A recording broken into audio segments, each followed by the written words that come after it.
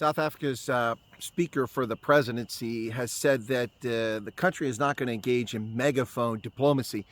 Ostensibly, this is in response to Donald Trump's Friday Truth Social post, kind of like a tweet, in which he talked about helping farmers and their families get out of South Africa immediately. Notice that the tweet said nothing about white farmers or Afrikaners. It said farmers. South Africa has black farmers, color farmers, Indian farmers, and white farmers. So, gosh, I guess it's a free-for-all. But it's not a policy. It's just a social media post. Still waiting for follow-through instructions from the Department of Homeland Security and the Department of State on the offer of refugee status for Afrikaners who are suffering from racial injustice. Well, that's something we're waiting to hear about, and this is something new. So they're not going to engage in megaphone diplomacy, but it's a funny thing because that's exactly what South Africa's government has been doing the whole time.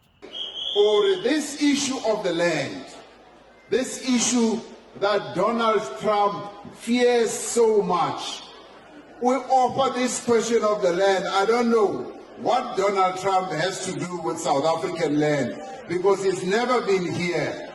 And he must keep his America. We will keep our South Africa. I mean, seriously, let's think about this. First off, after Trump issues the statement, the State of the Nation address occurs.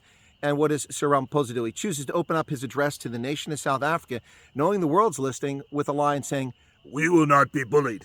Bullied by whom, buddy? Bullied by whom? The United States took an eternal decision not to give away money that we don't have. The United States is $2 trillion in deficit, and the Trump administration is trying to rein that back in.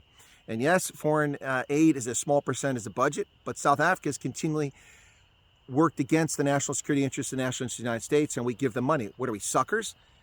So no, I don't think so. And then the refugee offer, that's internal for us too. Who we let in our country is up to us, just like who every other country lets in their country to move there. It's up to them.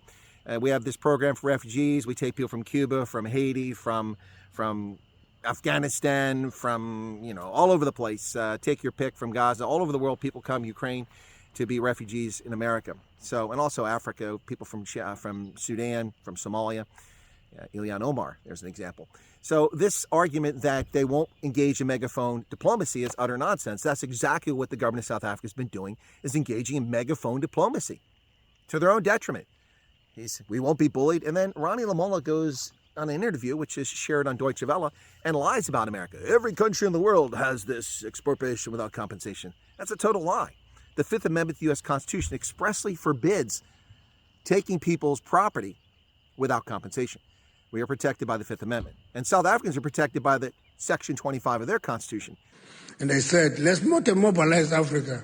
Let's withhold minerals to U.S. That is it. If they don't give us money, let's not give them minerals. The Expropriation Without Compensation Act can't possibly stand the scrutiny of a constitutional challenge, but that's down the road. Nonetheless, it goes on and on. Julius Malema tables the topic of U.S. cutting aid and chooses to attack America for being a neo-imperialist power, and we use aid to rope people in, all this other nonsense. Megaphone diplomacy is all that South Africa has been engaged in, intentionally poking the bear, poking Donald Trump in the eye. Perhaps it's time for adults in the room to step forward and tell these angry, naughty children to behave themselves while the adults deal with this issue of diplomacy. We need some reason and calm. And it's nice to hear from the Speaker and the Presidency that they will have no megaphone diplomacy, if only that were the actual policy of the government of South Africa. And folks, it's not just the African National Congress. John Steenhuisen for the Democratic Alliance is running around saying Donald Trump doesn't understand, he's misinformed. No, he's not misinformed. He's well informed about what's going on in South Africa. And this is not about white South Africans. This is about all South Africans. All South Africans. All South Africans are harmed by racist laws that discriminate against part of the population. Absolutely. Absolutely. When the Tourism Relief Fund was created during the COVID scam, it was only for historically disadvantaged, read black South Africans. Only they could get it. Now, to be fair, the money wasn't much. The maximum you could get was about $5,000 US. That's not going to save a lodge. That's not going to save a hotel. That's not going to save a travel agency. That money to tie them over, that's a joke. But for small operators to sell knickknacks and souvenirs and run, copies to get people from place to place, that could make a difference. So it was targeted for black South Africans. It went to the North Gauteng High Court, and it was determined to be constitutional. How can something in a non-racial society be considered to be constitutional when it discriminates against people based on their skin color? The very law or act was criminal and unconstitutional to begin with. It was later overturned by the Supreme Court of Appeal, I think it was. It overturned it. But by then, all the money was spent, which, of course, was the intent. So with expropriation without compensation, yes, the government's not confiscating land. No one said they were. These are red herrings being spread by the government, by Ronnie Lamola, by Julius Malema, by Cyril Ramaphosa, by John Steenhuisen. These are not things that people are claiming. This is a law that should never be in the hands of any government. My government, South Africa's government, France's government, Malaysia's government. This is a law that will be used by the party in power to abuse their political opponents. And if you think it's just going to affect white South Africans, you're pretty dim-witted. It will affect everybody. Whatever the government of the day is in South Africa when this law is applied, it will punish anyone who's an opponent of the government. No government should have this power. We, the people, form polity. And the polity selects governments to represent them for their common interests, like defense and holding transgressors to societal norms to account. We select governments. We don't work for them, they work for us. And it's time that governments in Washington, in Paris, London, in Pretoria, start learning that they work for us. Well, I do believe, I've heard that AfriForum and Solidarity have met representatives in the US government, and they're doing precisely what we said we as South Africans should not do. We should stop running to other countries. We should discuss our own problems here and find solutions. And that in many ways confirms our own sovereignty.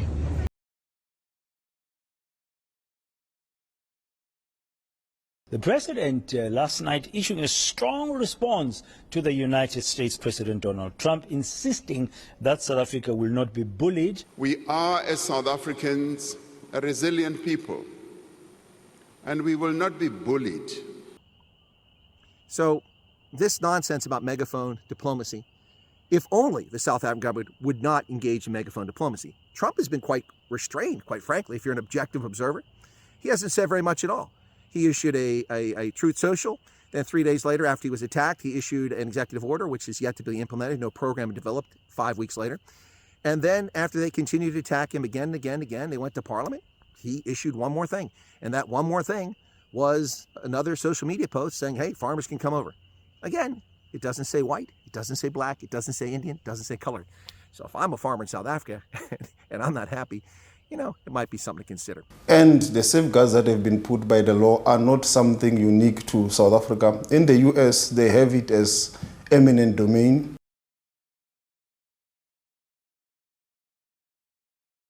It is misinformation. I can lay it down to that, and maybe, obviously, a racist agenda. We start with this. Minister of International Relations and Cooperation, Ronald Lamola, says that the United States has not responded to attempts to discuss President Donald Trump's executive order cutting off aid. Trump cut all aid to South Africa earlier this month after accusing this country of confiscating land and treating some people very badly. Anyway, again, this is not a video encouraging anyone to come to America or discouraging anyone. Simply an objective analysis of what's going on here. And I do hope the South African government would stop engaging in megaphone diplomacy. You're not an important issue at the moment. The United States government has far bigger fish to fry. Ukraine, Russia, Israel, Gaza, Iran, North Korea, China. You're way down at the bottom of the list, somewhere, floating out there in the wilderness.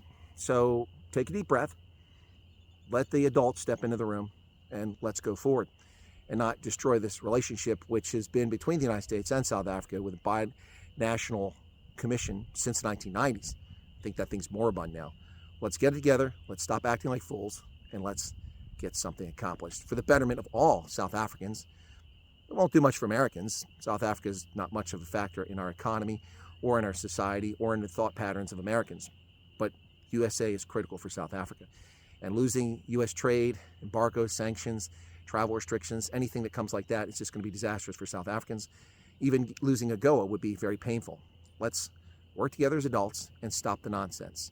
And please, do not engage in megaphone diplomacy, South Africa. The recent AfriForum and Solidarity mission to the US has been met with mixed reaction from South Africans.